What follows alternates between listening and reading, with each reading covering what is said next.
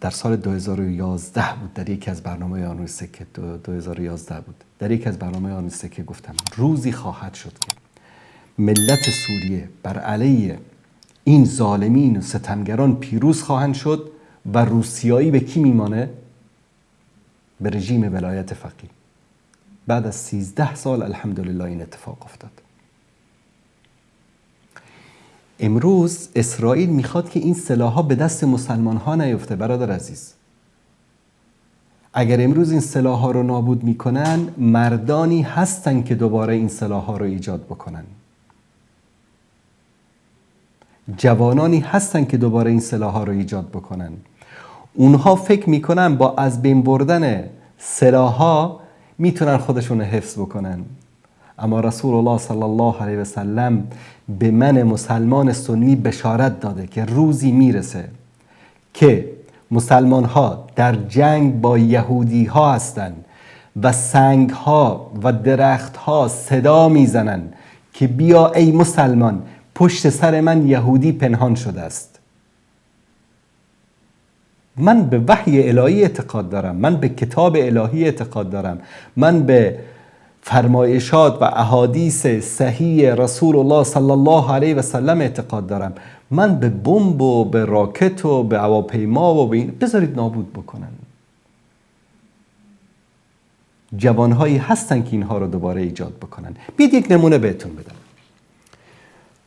روس‌ها به افغانستان حمله کردن، بیش از 2 میلیون شهید، میلیون ها آواره، زخمی، خراب، کشور رو به خاک و خون کشیدن. مردم با دست خالی، با پای برهنه بلند شدن، بر علیه روس‌ها جهاد کردن، پیروز شدن. دشمن وقتی دید که اینها با دست خالی بلند شدن، روس‌ها رو، یک ابرقدرت رو شکست دادن، ایدئولوژی کمونیستی در دنیا از هم پاشید،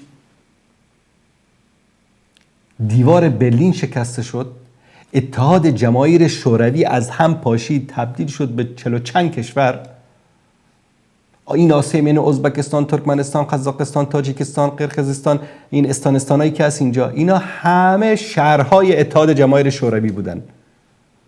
همه اینا آزاد شدن بعد از 70-80 سالا از برکت جهاد مردم افغانستان. اگر مردم افغانستان در مقابل روس‌ها جهاد نمی کردن، امروز میدونید فامیلیای ایرانیا، خامنه‌ایوف، رفسنجانیچوف، نمیدونم تایروف، خروف و گاووف و اینا می بود، فامیلاشون همینا میناخوندا. از برکت جهاد مردم افغانستان بود که ارتش اتحاد جماهیر شوروی تار و مار شد، وگرنه هدفشون رسیدن به خلیج بود، خلیج فارس یا خلیج عربی. هدفشون رسیدن به آبهای گرم بود، هدفشون افغانستان که نبود. این ملت در مقابل اینها ایستاد، وگرنه این کشورهای خلیج، پاکستان، ایران، همه اینا امروز جزء اتحاد جماهیر شوروی بود. وقتی دیدن که این ملت پیروز شد، گفتن حالا اگر اینا بیان حکومت تشکیل بدن، اونم با نام جهاد، مسلمان، که دیگه خلاص. چون ببینید جهاد در فلسطین وقتی شروع شد که ملت افغانستان جهاد شروع کردن. برکت جهاد مردم افغانستان بود که در سراسر دنیا روح جهاد دوباره زنده شد. جهاد مرده بود، اعتقاد نداشت کسی به جهاد. چطور امکان داره یک ملت در مقابل امپراتوری مانند روسیه، مثلا اتحاد جماهیر شوروی، بلند بشه جهاد بکنه؟ روح جهاد مرده بود. این روح جهاد رو مردم افغانستان زنده کردن. دشمن اومد چیکار کرد؟ رهبران احمق ما رو به جان هم دیگه انداختن، جنگ قدرت به راه انداختن، دشمنان رو، منافقین رو در بین اینها داخل کردن، تا اینکه این جنگ داخلی شد. مردم چی گفتن؟ جهاد تموم شد، مجاهد بدنام شد، اسلام تموم شد، خلاص. خداوند یک گروهی رو از قندار بلند کرد به نام طالبان، گلم همه مجاهدین رو جمع کردن. 1 سال حکومت نکرده بودن، آمریکا اومد. مردم چی گفتن؟ آمریکا اومد دیگه، خلاص افغانستان یکی از ایالات‌های ایالات متحده آمریکاست. در دشت لیلی هزاران نفر از جوانهای بیگناه را قتل عام کردند. من مسئله طالب و غیر طالب مطرح نیست.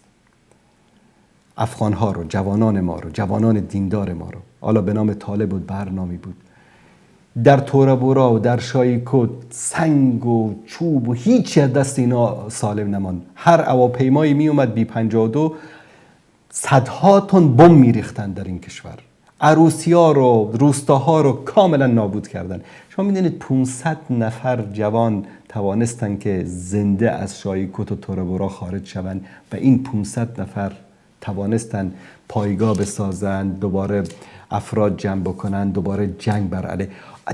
اصلا شمایی که الان دارید حرفای من رو میشنوید در خونهتون جرأت دارید بگید جنگ بر علیه آمریکا؟ یقین دارم خیلیاتون این جرأت رو ندارید. اما همین ملت افغانستان 20 سال با همین ایالات متحده آمریکا و بیش از 42 کشور با بیرحم‌ترین سربازانشون رو در افغانستان آوردن، با همینها جنگیدن، عاقبت به زانو در آمدن، عاقبت سر میز مذاکره نشستن، عاقبت تسلیم شدن، عاقبت از افغانستان فرار کردن و دوباره همان ملت افغانستان و همان مجاهدینی که قربانی دادن دوباره بر افغانستان حاکم شدن.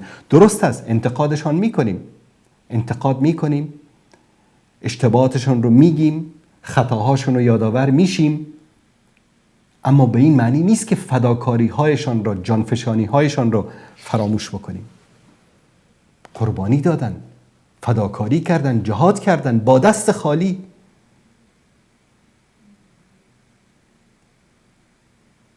چند روز پیش در کابل خلیل الرحمن حقانی وزیر امور مهاجرین حکومت امارات اسلامی به شهادت رسید. حالا شاید بعضیا موقف داشته باشن در مقابل طالبا و در مقابل امارات اسلامی، من با اون کار ندارم. این شخص از خانواده حقانی است. مولوی جلال الدین حقانی برادر همین خلیل الرحمن حقانی یکی از فرماندهان مجاهدین بود که در مقابل اتحاد جماهیر شوروی میشه گفت از شرق افغانستان تا جنوب افغانستان رو، این مناطق رو کلا تحت کنترل داشت و چه داغ‌هایی که بر دل ارتش سرخ اتحاد جماهیر شوروی نگذاشتن مجاهدین جبهه حقانی. مربوط حزب اسلامی خالص بود. الله مطال رحمتش بکنه مولای خالص رو.